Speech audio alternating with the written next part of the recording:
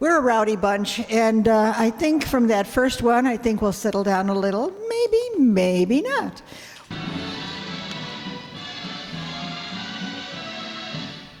Yes, it's Sunday. Time for the Phil Harris Alice FAYE Show, presented by the makers of Rexal drug products and your Rexal family druggist. Good evening. I'm your Rexal family druggist, taking a little time from behind the prescription counter to get acquainted. This being our first Sunday evening together, I thought maybe you'd like to know who we are. There are 10,000 of us, 10,000 druggists who have added the word Rexal to our own store names. You can always tell us by the blue and orange Rexal sign in our windows. The sign means that we carry the 2,000 or more drug products made by the Rexal Drug Company. They range all the way from aspirin to penicillin, and they're as fine and pure and dependable as science can make them. We recommend them to our customers because we know you can depend on any drug product that bears the name Rexal.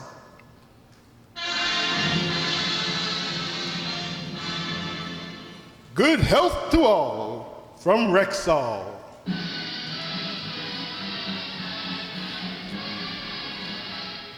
And now your Rexal family druggist brings you the Phil Harris Alice FAYE Show, written by Ray Singer and Dick Chevet, and with Elliot Lewis, Walter Tetley, Robert North, Janine Rose, Ann Whitfield, Walter Sharp, and his music. Yours truly, Bill Foreman, and starring Alice FAYE and Phil Harris.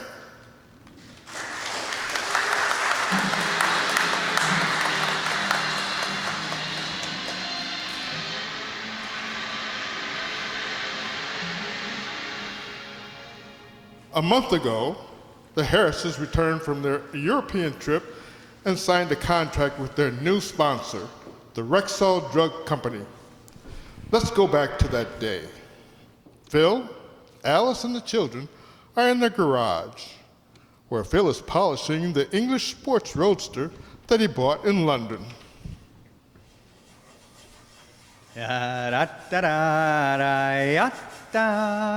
Today we sign with Rexal.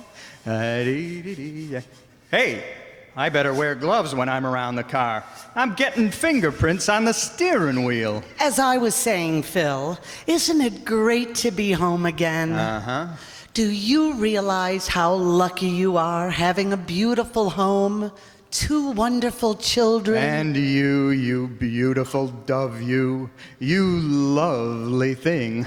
Oh, I never thought I'd live to see the day when anything so gorgeous as you would belong to me. Oh, why, thank you, Phil. Alice, please, I'm talking to the car. I've never seen anything with such sleek lines. I can remember when you used to say the same thing about me. Oh, when we first met, you told me I had sleek lines too. Oh, and look at the way she's made. She's so neat and trim. I was just as neat and trim. And look at the way she's built. So close to the ground. I was built just... Phil, will you forget the car? You think more about that thing than you do of your children. Well, that ain't so. You know my kids mean more to me than anything else. Daddy, may we touch the car? You know we can't, Alice. Our little hands haven't been sterilized yet today. Won't you take us for a ride, Daddy? What, and soil the tires? You're old enough to know better than that. Besides, I want this thing spick and span when I drive up to the Rexall office today. What are you going there for, Daddy? I'm gonna work for him, kids. Yes, sir. Your daddy's gonna work for the biggest drugstore outfit in the country. You're going to work for a drugstore? Yeah, and your daddy'll do a great job for him, too. You said it. You're gonna make the best sandwiches they ever had there. I'm not gonna make sandwiches. Hey, look, Alice, we better get started. We're meeting a sponsor for the very first time, and we don't want to be late. You know, punctuality is the keynote of success and the essence of business acumen. Get him. Phil, what does that sentence mean? Must mean something. It's got words in it. Hey, kids, you better go in the house now. I'm going to back out the car. Let me get in it. Ah, yeah. How much leg room she's got. Wait till you hear how this English job purrs. That's funny. It ain't starting. Maybe you don't have any gas in it. Ridiculous, old girl. I put 10 liters of petrol only a fortnight ago. Oh, Philip, how that stuff clings to you. Hey, no wonder. I haven't got the ignition on. Ah, there she goes. Listen to that. Oh, listen to her. Oh, she purrs like a woman who's having her back scratched. Hey, stand out of the way, Alice. I gotta take it easy. There ain't much room in this garage, and I gotta back out very carefully. Good morning, Philip. I ought to rip your clutch out. How are you, William? Oh, I feel wonderful. My friends and I just got back from a weekend camping trip. Yeah? Where did you brownies go? Well, we went... We haven't got time to listen, so forget about it. We've got an important date.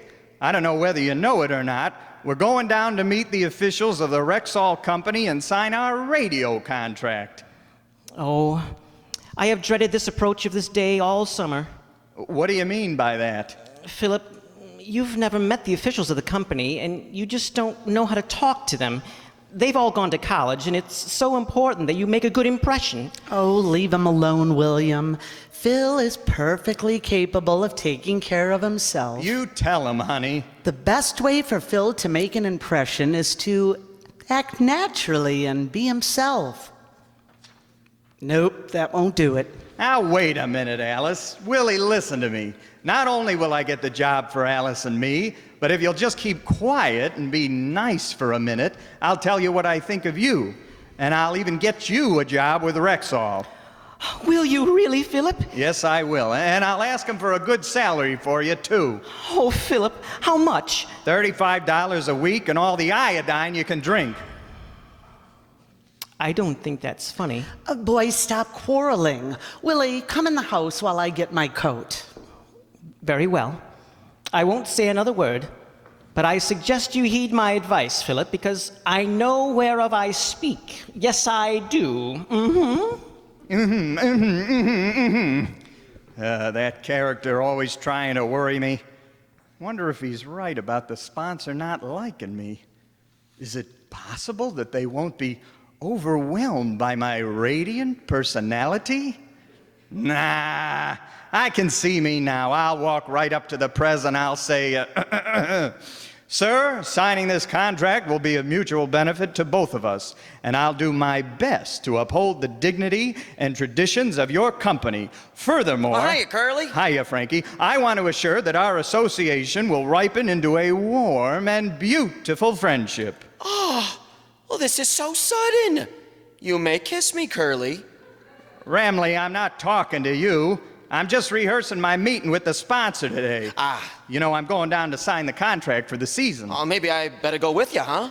Okay, now look, Frankie. Oh, what? It's very important for him that we make a good impression. Yeah. Now just concentrate for a moment, Oh, yeah. all right? Now look. Yeah, I'm with you, yeah. What can we do to prove that we have the interest of this company at heart? Well, let's do what we always do when we go in to see our sponsor.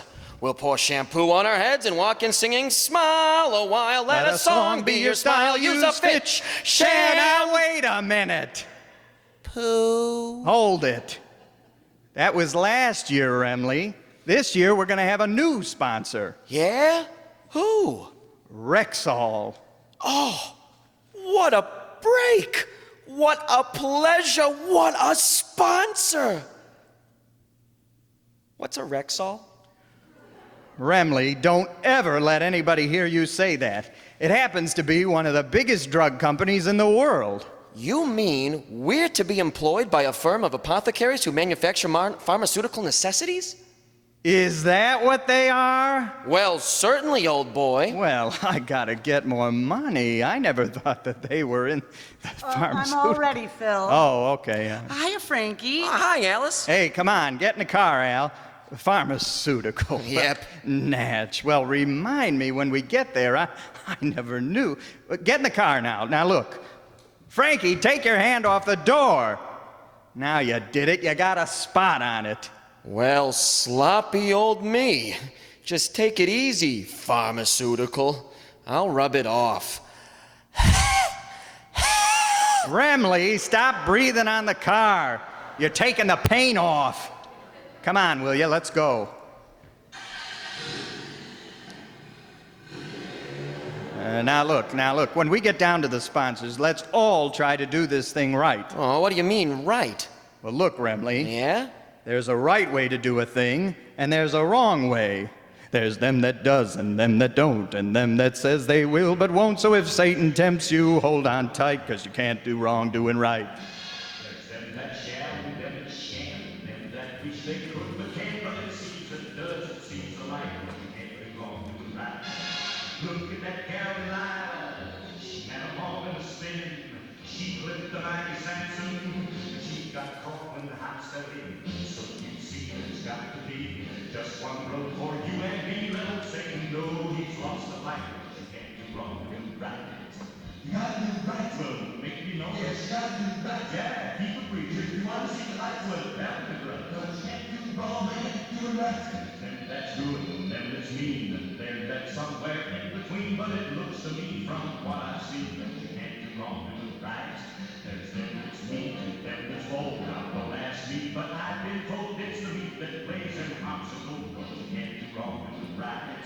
Now look at old Big Goliath, bragging about his size. Taking on the day, but he got gauge right between the eyes. So you see, there's got to be just one road for you and me. Let him say no, he's lost the fight. You can't do wrong doing right. You must do wrong, that's right with me. No, you must do wrong, that's philosophy. If you want to get wrong, oh, I believe it now. Don't you ever get it wrong, you just do it wrong. Now they threw Dan to the line. The king had it done, he's the law. But it wasn't long till Daniel had all of them cats drinking milk out of straws. So you see, there's got to be just one road for you and me. Let him say no, he's lost the light. You can't do wrong doing right. You can't do wrong doing right.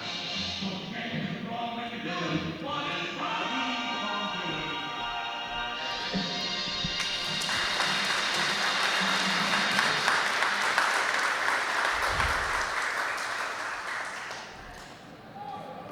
Hey, this sure is a big place the sponsor has here. Naturally it's big. Yeah. You don't think Harris would be associated with anything infinitesimal, do you? Hey, Alice, now listen to me now. Now, we've never met these people before, and we gotta convince them that we're the ones they want for their radio show.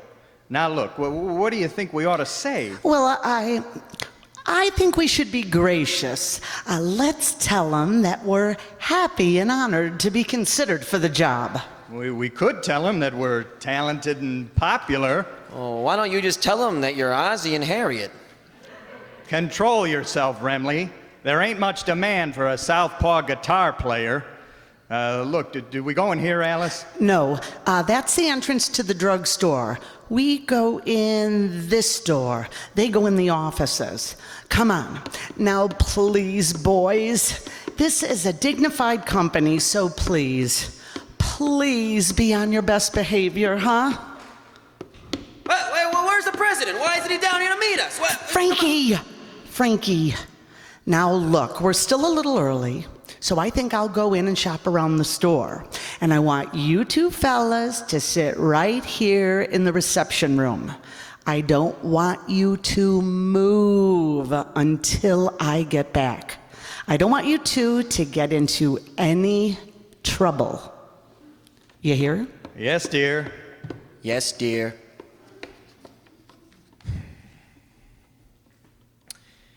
Hey, Curly. Yeah? You mind if I kiss Alice when she comes back? Well, what for? If I'm gonna be henpecked by her, I want to get on some of that good stuff too. Yeah. Alice don't henpeck me. I do as I please. Okay. Then let's go in and look around the store. Okay. Wow. What a layout. Hey, look at all the customers. They must do terrific business here. Certainly they do a terrific business. This is big-time stuff you're in now. Just think, Remley. As soon as we sign the contracts, we're part of this place. We're members of the Rexal family. Members of the family, huh? Sure. Excuse me? Frankie, get out of that cash register. What's the matter with you? We don't own the place. I just wanted to borrow a couple bucks. Well, if you can't put the lug on your own family, who can you? Would you come out from behind that counter before somebody sees you? If the manager ever happened to come along and... I beg your pardon, young man. Would you mind waiting on me? I want some cosmetics. I'm sorry, lady, but I'm not... First, I would like a home permanent wave kit. The kind you're demonstrating. Oh, look, lady, we ain't demonstrating. You're Quiet! Young man, I'm talking to your twin. The one that has the toady.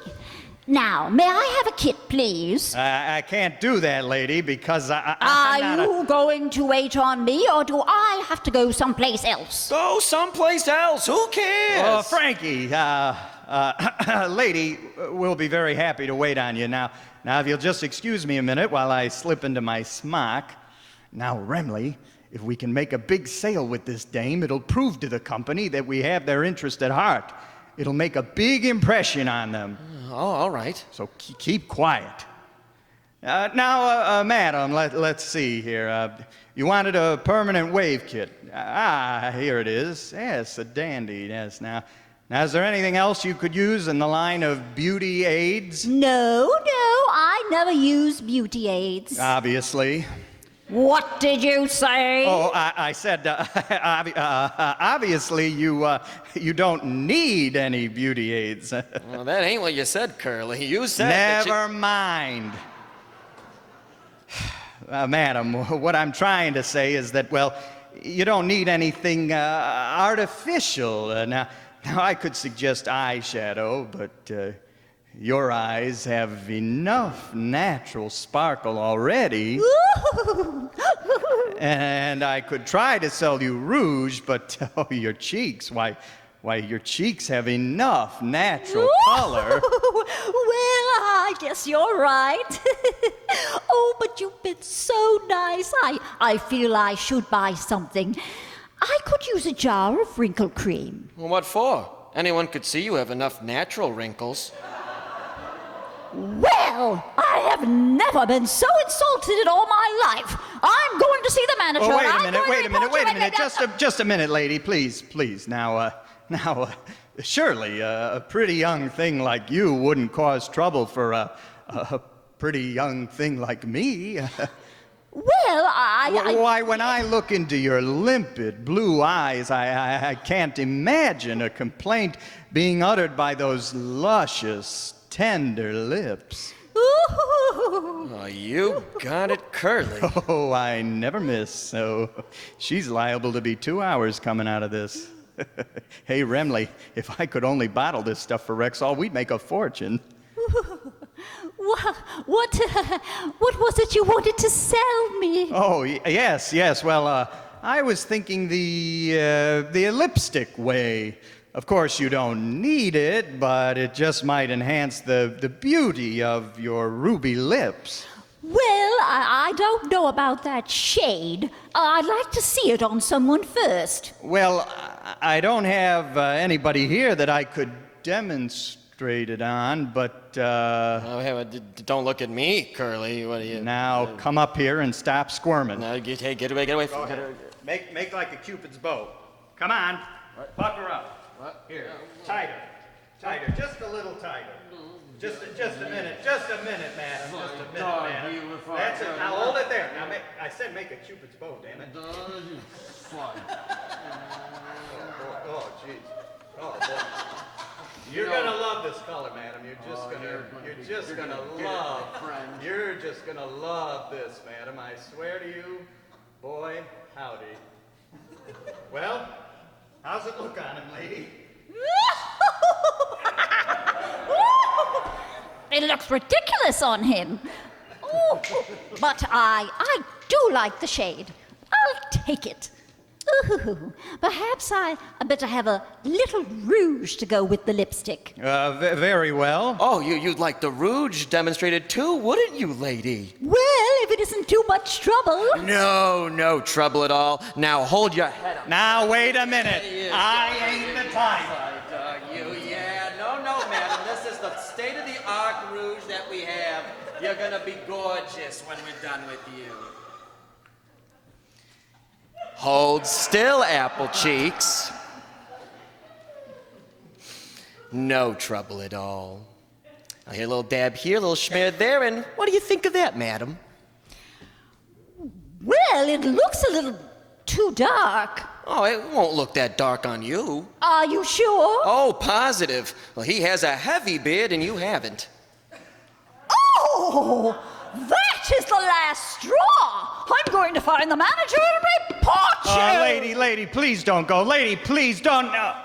Oh, now you did it, Remley. Hey, don't blame me. You started this. Hey, we must look pretty cute with these cosmetics on our faces. We better wipe it off before somebody sees us. Well, if it ain't two of the Andrews sisters. What are you two goyles up to anyway? We're not up to anything. We're gonna work for the company, and we were demonstrating some of the cosmetics. You work here? Good. I want to buy something. Wait on me. Well, don't stand there, Goytrude. Wait on me. I wonder if they serve Mickeys at the soda fountain. Look, kid, I'm here to sign a radio contract with this company, so get lost, will ya? Go back to the grocery. I'm in enough trouble already. You're in trouble, Mr. Harris? Is there anything I can do to get you in a little deeper? Oh, hey, Curly, look, here comes that dame we waited on, and the manager's with her. Oh, no. We gotta get out of here before somebody recognizes us. Yeah, come on. Come on. Yeah. Well, hey, wait a minute. Well, nobody can report us because nobody knows who we are. I do. Hey, Frankie, we can't leave him here to tell on us. Oh, we better take him with us. Yeah, say, wait a minute. Oh, Julius, come here a minute. I don't wanna. I got something for ya. You can mail it to me. It's my duty as an Eagle Scout to tell the manager who you two guys are. You can't do that, Julius. If he finds out who we are, I won't get the radio show, and it'll all be your fault. Yeah. So long, fellas. I'll see you in the manager's office. Frankie, we can't let him do it. We gotta get him. You're faster than I am, Curly. You grab him. Well, which way did he go? The end of the aisle, and turn right. Okay, all right. Okay, I'll get him, and when I...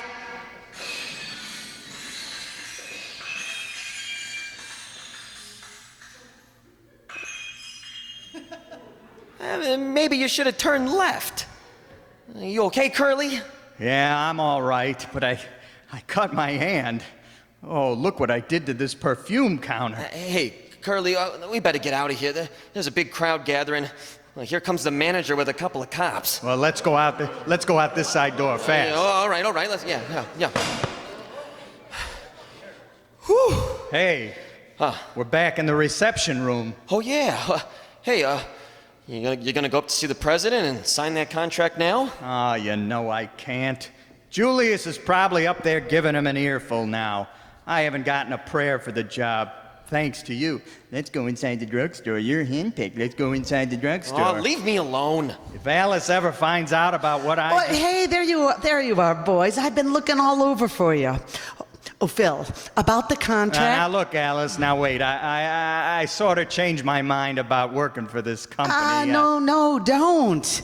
No, you don't. It's too late, Philzy. I've just come from the president's office, and the contracts are already signed. But, honey, they are. Uh-huh. I have them right here. The company signed them, and so I have them. Now, all you have to do is put your signature on here to make it official. Oh, honey, ain't nobody like you. Oh, you're wonderful. Yeah, ain't I? Well, here's the contract. Now, go into the president's office and sign it. Nah, there's no sense in disturbing him. I'll just sign it out here and slide it under the door. Hey, give me your pen, Frankie. Oh, here you are, Curly. Thanks. Oh, ouch. Oh, darn it. I can't hold a pen in this hand. Oh, Phil, you cut your hand. How did that happen? Well, I cut it down at the at the lunch counter. Yeah, they serve very sharp sandwiches. Well, then sign it with your left hand, Phil. Well, I can't write with my left hand, but I gotta get it signed right away. Hey, Remley. Huh? You're good at forging signatures. You sign my name. Okay, if you insist. And there. That does it. Now I'll take it right to the president's office and give it to his secretary. I'll be right back.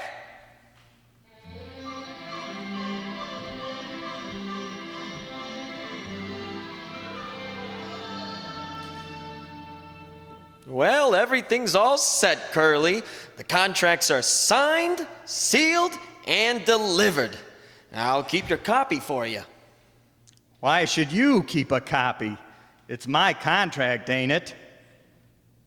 Hey, Remley. Pardon? You signed my name to it, didn't you? Not exactly, Curly. What do you mean? I didn't know how to spell Phil Harris, so I just signed it Frank Remley. Oh, no.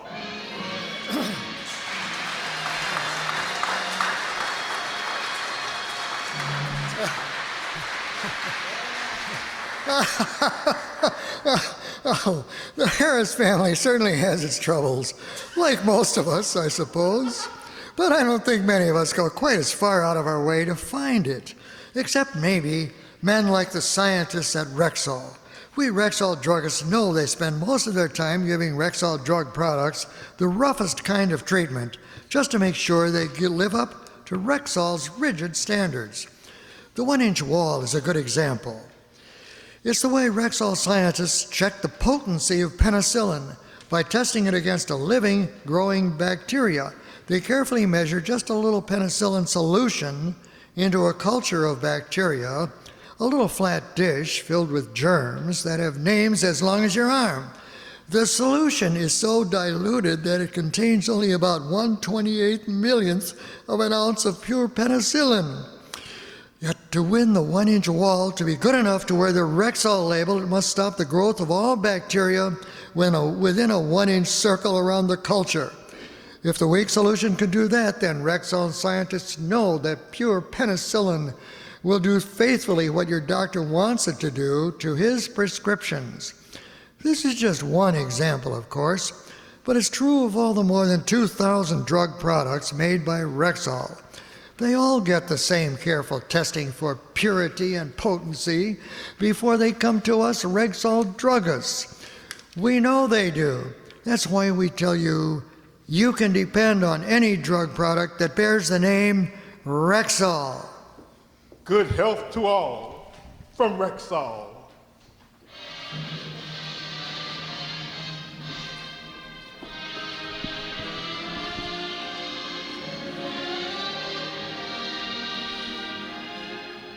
Now you listen to me, Remley. You ain't gonna get away with it. Quiet, please.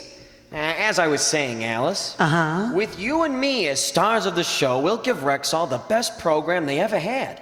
Think so? Frankie. Yes? Do you think we ought to keep Phil? Oh, I think so. Do you? Well, he can lead the band for my vocals. Listen, Remley, if my hand wasn't cut, I'd slug you. Control yourself, Harris. There ain't much demand for bleeding band leaders.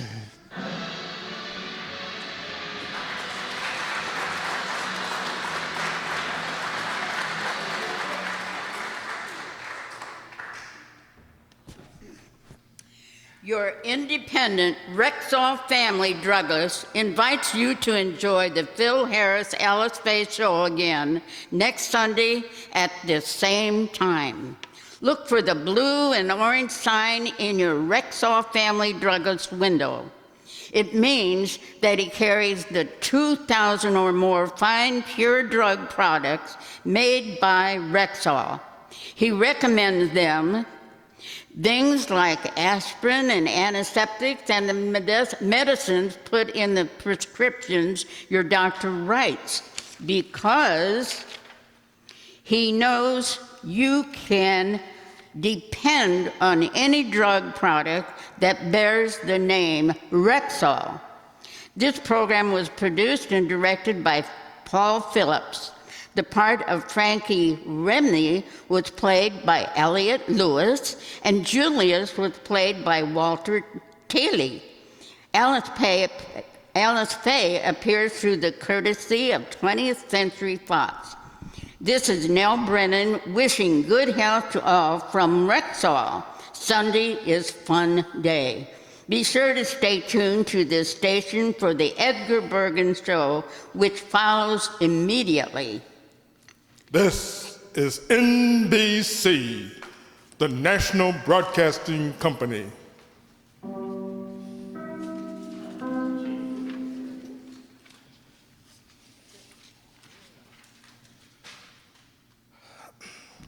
Thank you, one and all. And now, let's meet the stars of our second play tonight. Wonga Harris was none other than our Southern Riverside boy, Jacob Palka.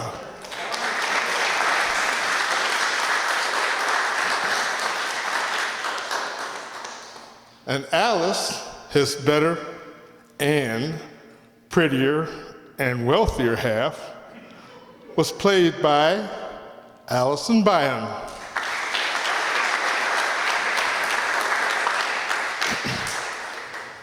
Their darling little children, Phyllis and little Alice, were none other than Lola and Zoe Zero.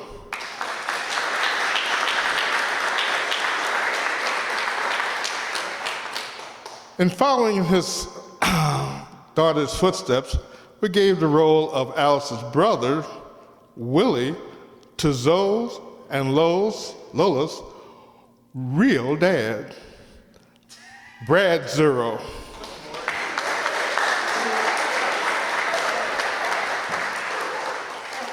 Frankie Remley, that troublemaking left-handed guitar player, was taken on by John Byon.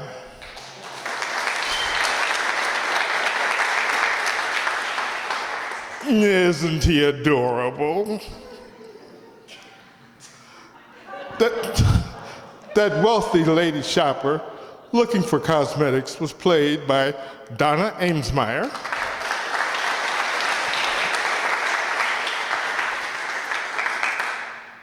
And what would be a Harris Face show without Julius Abruzio, always being picked on, but managing to survive? Hey, that's another Zero family member. This time it's Desmond Zero.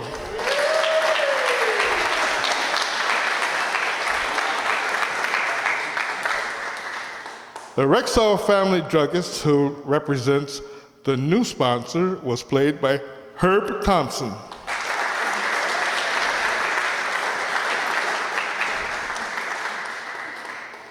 And his pharmaceutical assistant winding up the show was our Nell Brennan.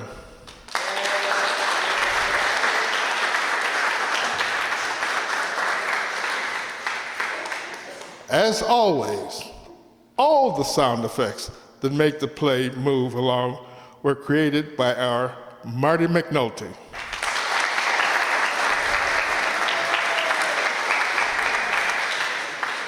And my name, as opening announcer, is Andre Dixon.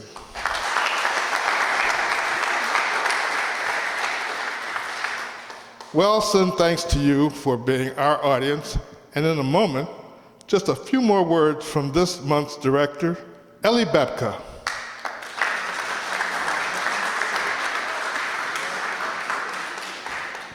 This is NBC, the National Broadcasting Company.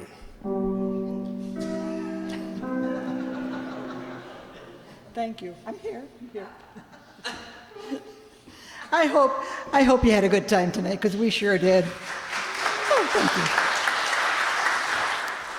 especially with, and don't forget, Wonga was Phil Harris's real name. Now, I'm afraid I'm looking at all of you and I'm thinking the next question is going to be, who was Phil Harris? I get those kind of questions all the time. Bing Crosby, Perry Como, what? Ugh. Anyway, so we thank the Township of Riverside for being there for us, as well as all those who help promote our shenanigans through Facebook and all the other media you can think of. And also Andre, who puts it on YouTube, so it's seen all over the world. That's kind of interesting, thinking that people tune in. I'm sorry. I'd also like to thank our two techs here who do the recording. Over here is John Gelsomino, and in the back with the camera is Lorenzo Cordoba. It's a definite team effort that we put out here, whether it's searching for scripts or whether it's directing or whether it's getting publicity out. We all have a hand in helping to put this together, and it's a grand group of people. And again, you are the grandest by being here for us. So thank you very much, and I will introduce again next month's director, who will bring us another comedy. Not. Andre, come on up.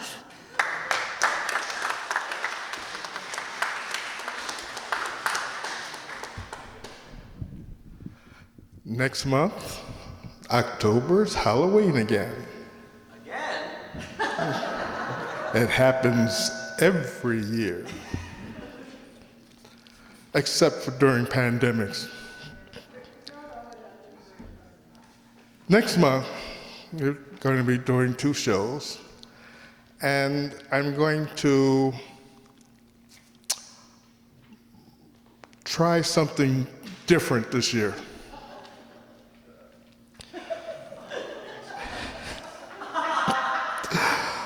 The first show will be a deep, dark drama called The Witch's Tale. It's from 1934, before I was born. The second show, from 1935, is called Slurp, Says the Amoeba.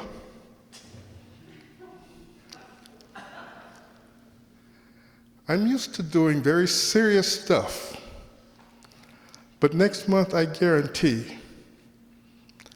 you will crack a smile. I dare you not to. Next month, please come again and bring a friend. The people that you bring are the greatest audience in the world. Thank you. See you.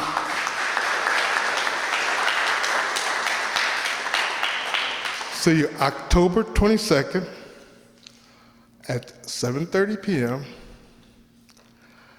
You can claim the same seats if you wish. See you then. Thank you.